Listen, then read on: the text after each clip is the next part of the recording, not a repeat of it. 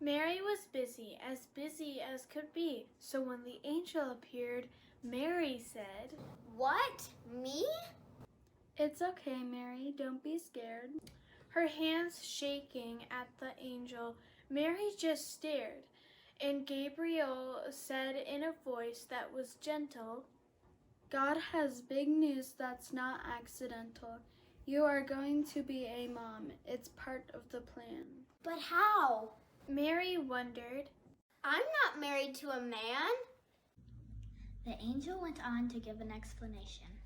Our God is the author of all creation, so he himself is the father of the baby in you.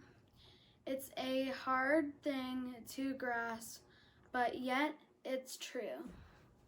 But Mary, you must agree to live God's plan, so he can send his son to save all of man. "Yes," Mary said. "Of course I will. Whatever I can do.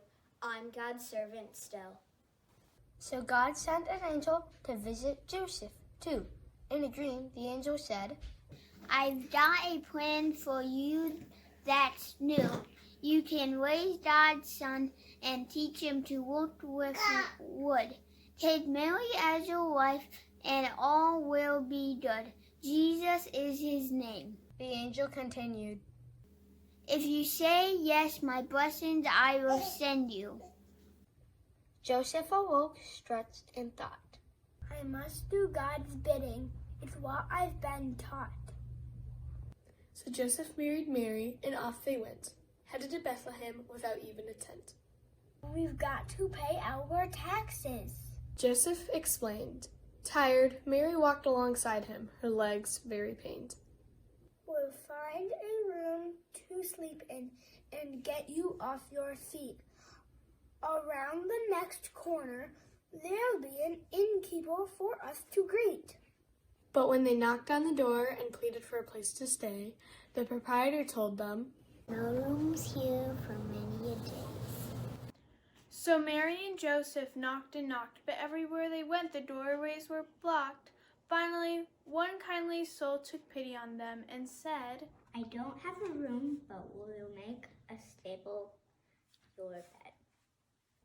Tired and hungry in the hay, Mary and Joseph curled up, thinking they'd sleep and then they'd have some sup. But God had other plans, as often as God does.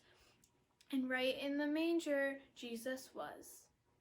As Mary cradled her baby and Joseph held them close, in the sky there appeared a heavenly host. A special star rose high, bright, vivid, and clear to announce that God's Son was finally here. "I can't believe it." Mary whispered, touching Jesus' hair. "I love him so much, I can't help but stare." Joseph smiled at his wife and new baby son. "It's a miracle for sure, what God has done." Meanwhile, not too terribly far away, some shepherds were sailing in to await the day, when suddenly a host of angels burst into song. "God's son has been born, and he will right all that is wrong." The angels pointed the shepherds right towards the star. Follow that to Bethlehem. It's not that far. There you will find a newborn baby king. We're so excited that all we can do is just sing. So off the shepherds went through the long dark night, led towards the stable by the star's bright light. On the other side of the world, wise men three also that spectacular light did see. They knew a new king had come to the earth, so they loaded their camels to go to the place of his birth. After many months of walking, at Herod's palace they arrived, happy that through the desert they survived. Herod told them they must return and tell him where the new king was, so he too could show his care. But Herod was an angry and bitter man, and to kill the baby was his real plan.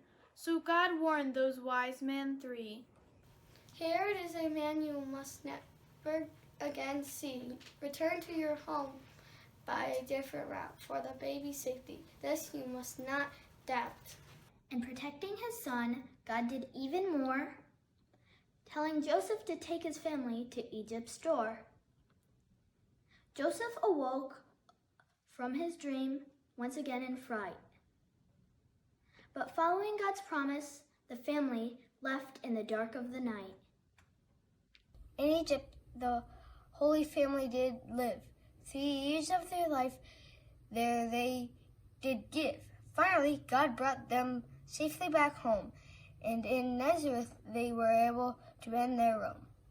At home in Nazareth, Jesus grew up to be the man who had come to save you and me. God's hand was on him his whole life through. Just as if we say yes, God for us will do.